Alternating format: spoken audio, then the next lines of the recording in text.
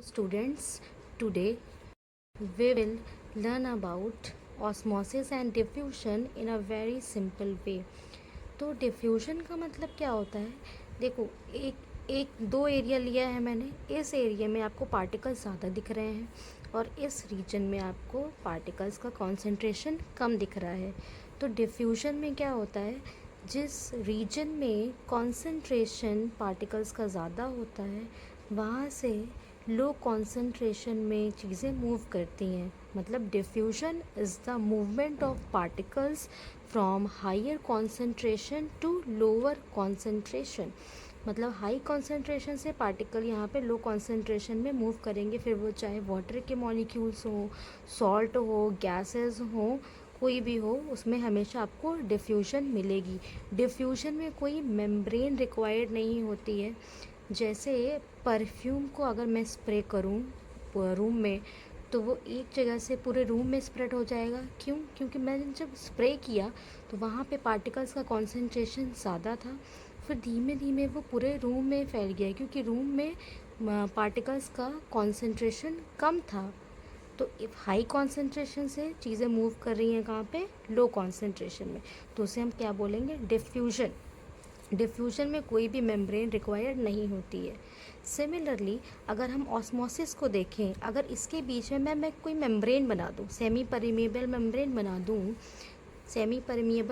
बना दूँ, और यहाँ से अगर पार्टिकल्स मूव करें through semi permeable membrane, particles gas या कार्बन डाइऑक्साइड या कोई भी गैस के नहीं होंगे, वो किसके होंगे?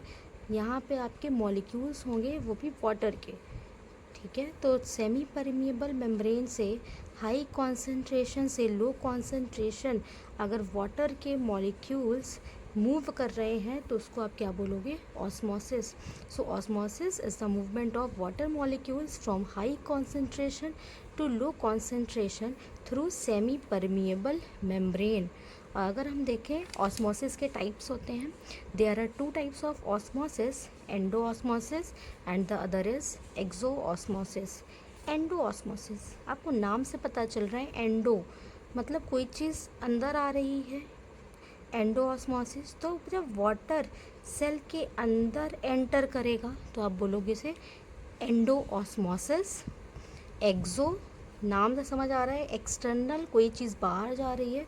तो जब भी वाटर के मॉलिक्यूल सेल के बाहर मूव करेंगे, सेल को लीव करेंगे, इसको आप बोलोगे क्या? एक्सो ऑस्मोसिस।